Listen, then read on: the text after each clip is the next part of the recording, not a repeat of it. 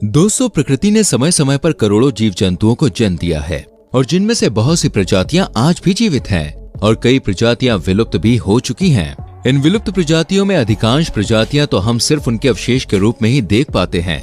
लेकिन क्या कभी आपने ऐसी कल्पना की है कि जो जानवर अब केवल किस्से कहानियों का हिस्सा बन चुके हैं, उन्हें कभी वापस लाया जा सकता है? दोस्तों, हम आपको बता दें, साइंटिस्ट इसे मुमकिन करने में जुट गए हैं। वॉशिंगटन में साइंटिस्ट की एक कॉन्फ्रेंस में इन संभावनाओं पर विचार किया गया है कि आखिर कैसे और किस तरह से विलुप्त हो चुके कुछ जानवरों को वापस लाया जा सकता है। वैसे हम आपको बता दें, वैज्ञानिक इन मृत जानवरों को पुनर्जीवित करने के काफी करीब हैं। Caspian tigers. दोस्तों, वर्तमान में बाघों की आबादी बहुत ही कम है। जंगल में केवल अनुमानित तौर पर 3900 बाघ बचे हैं। इनकी इतनी कम कमी से यह जीव विलुप्त होने की कगार पर हैं। लेकिन आपको जानकर हैरानी होगी कि वैज्ञानिक विलुप्त हो चुके एक बाघ को वापस लाकर इसे बदलने की कोशिश कर रहे हैं। इसका नाम है कैस्पियन बाघ। कैस्पियन बाघ कभी दुनिया के सबसे बड़े बाघों में से एक थे, जो कैस्पियन सागर से लेकर उत्तर पश्चिमी चीन तक मध्य एशिया की भूमि पर घूमते थे, जिनके मरने से पहले ही उनकी संख्या घटने लगी। यही कारण था पूरी तरह से विलुप्त होने का। दरअसल यह बाघ शिकार तक नहीं पहुंच पाए और उन्हें जीवित रहने के लिए संघर्ष करना पड़ा और इन बाघों में नए बच्चे पैदा होने में भी कमी आई। ऐसा माना जाता है कि 1950 के दशक में कैस्पियन टाइगर्स की प्रजाति पूरी तरह से विलुप्त हो गई थी। हालांकि वैज्ञानिकों ने पता लगाया है कि अमूर बाघ और कैस्पियन बाघों की आनुवांशिक संरचना लगभग समान है। इसलिए वे रूसी बाघों का उपयोग करके और उनमें कैस्पियन गुण विकसित करके उन्हें विलुप्त होने से वापस लाना शुरू करना चाहते हैं। मध्य एशिया में बाघों के लिए उन्होंने कजाकिस्तान में 2 संभावित स्थानों की पहचान की है, क्योंकि इस इलाके में इनके पनपने की पॉसिबिलिटी ज्यादा है। कैरोलिना पैराकिटस। दोस्तों, कैरोलिना एक चमकीले पीले सिर, लाल नारंगी चेहरे और पीली चोंच के साथ छोटे हरे न्यूट्रोपिकल तोते की एक विलुप्त प्रजाति है, जो अमेरिका के पूर्वी मिडवेस्ट और मैदानी राज्यों में रहते थे। यह अमेरिका का एकमात्र स्वदेशी तोता था। साथ ही अमेरिका के फेमस 3 तोते की प्रजातियों में से एक था। कैरोलिना तोता दक्षिणी न्यूयॉर्क में अटलांटिक समुद्र तट से लेकर पूर्वी कोलोराडो तक पश्चिम तक पाया जाता था।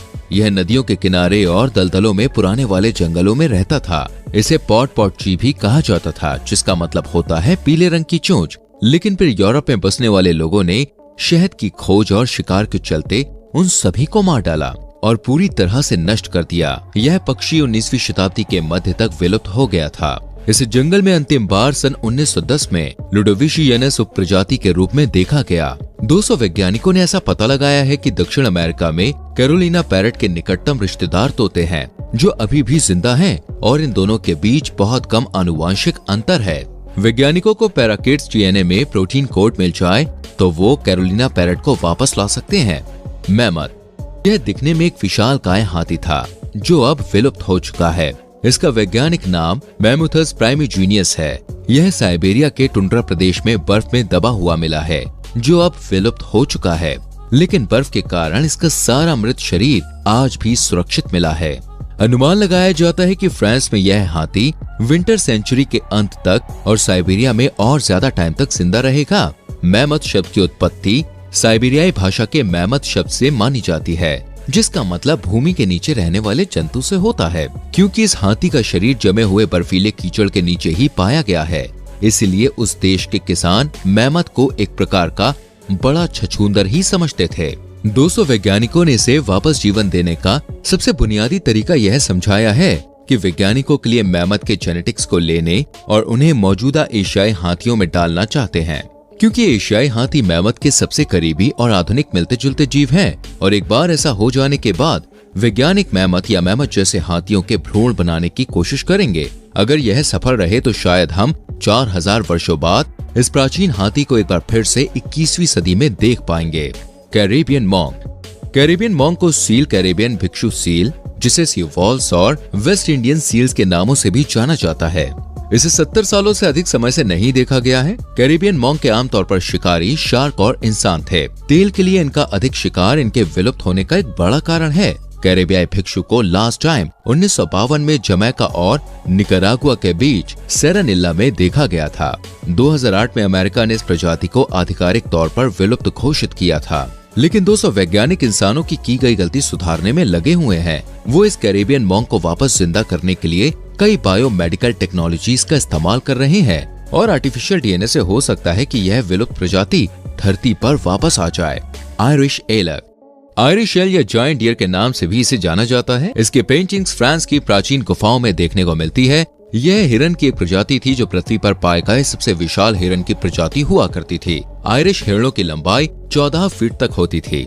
इस प्रजाति को फिर से जिंदा करना वैज्ञानिकों के लिए काफी मुश्किल है, क्योंकि आयरिश हिरणों से मिलते जुलते विशाल हिरन की कोई भी प्रजाति अब इस धरती पर मौजूद नहीं है। लेकिन फिर भी आज के समय के फौलादी हिरन की प्रजाति से इसका डीएनए मैच कराने का एक्सपेरिमेंट किया जाएगा और हो सकता है यह आयरिश हिरन के विशालकाय प्रजाति के जीव फिर से धरती पर दौड़ते हुए नजर आ जाए। तो डोडो एक ऐसा प्राणी था जो 3 शताब्दी पहले मॉरिशस में काफी संख्या में पाया जाता था। इसे विलुप्त हुए सिर्फ 300 साल हुए हैं। यह ज्यादातर हिंद महासागर के मॉरिशस द्वीप पर ही पाया जाता था। डोडो बर्ड मुर्गी से बड़े आकार का भारी भरकम गोल मटोल पक्षी था। इस पक्षी की टांगे और पंख छोटे होते थे, जिसके कारण यह उड़ नहीं पाता था और न ही ठीक से चल पाता था।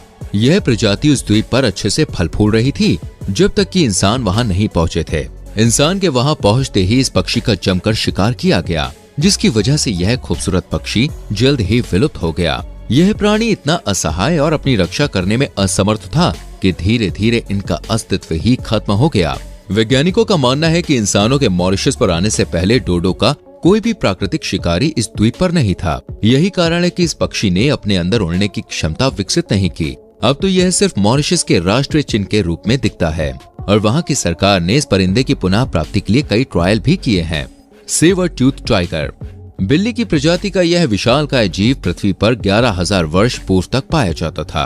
अब तक पाए गए उनके अवशेषों से ऐसा लगता है कि इनका आकार कुछ भालू जितना बड़ा होता था। यह जीव प्रकृति की बेहद शानदार रचना कहा जा सकता था। यह शेर जैसा दिखने वाला बेहद ही खूंखार शिकारी था। जिस समय हमारे पूर्वज जंगलों में रहा करते थे, उस समय इसका खौफ उनके दिलो दिमाग में छाया रहता होगा। इसके शरीर की बनावट से यह अनुमान लगाया जाता है कि इसमें काफी ताकत और फुर्ती भी रही होगी और यह अपने से बड़े जीवों को भी पल भर में अपना शिकार बना लेता होगा। उनकी सबसे बड़ी खासियत थी इनके सामने के दांत, जिसे केनाइन कहते हैं, जो लगभग 7 इंच तक लंबे हुआ करते थे। माना जाता है कि प्रकृति में बड़े पैमाने पर हुए जलवायु परिवर्तन की वजह से यह जीव जीवित नहीं बच पाए, लेकिन अब तक मिले इनके कई अवशेषों में सुरक्षित डीएनए पाए गए हैं, जो आज की टेक्नोलॉजी की वजह से इन्हें फिर से जिंदा करने में एक महत्वपूर्ण रोल अदा करेगी। यह सुनकर आपको अपने कानों पर भले ही यकीन ना हो दोस्तों, लेकिन वैज्ञानिकों ने इन डीएनए अवशेषों से हिमयुग में मौजूद चीजों का खून बनाने की तैयारियां तेज कर दी हैं। दोस्तों, विलुप्त हो चुके इन जीवों को आज के टाइम में एक्सपेरिमेंट से फिर से जिंदा करना प्रकृति के लिए कितना सही है, इस बारे में विचार कीजिएगा, क्योंकि किसी भी जीव की उत्पत्ति या अंत के कुछ कारण होते हैं और उन्हें दोबारा जीवित करके प्रकृति से इसके संतुलन के साथ छेड़छाड़ करना किसी भी हद तक ठीक नहीं है। दोस्तों, फिलहाल आज की वीडियो में इतना ही। उम्मीद करते हैं ये वीडियो आपको अच्छी लगी होगी। वीडियो को लाइक और शेयर जरूर कीजिए और आने वाली वीडियोस को देखने के लिए चैनल को सब्सक्राइब करके बेल आइकन प्रेस करें, जिससे आपसे आने वाली वीडियोस के नोटिफिकेशंस बिल्कुल भी मिस ना हो। मिलते हैं आप सभी से अगली वीडियो में। अपना बहुत ख्याल रखिए। Bye bye.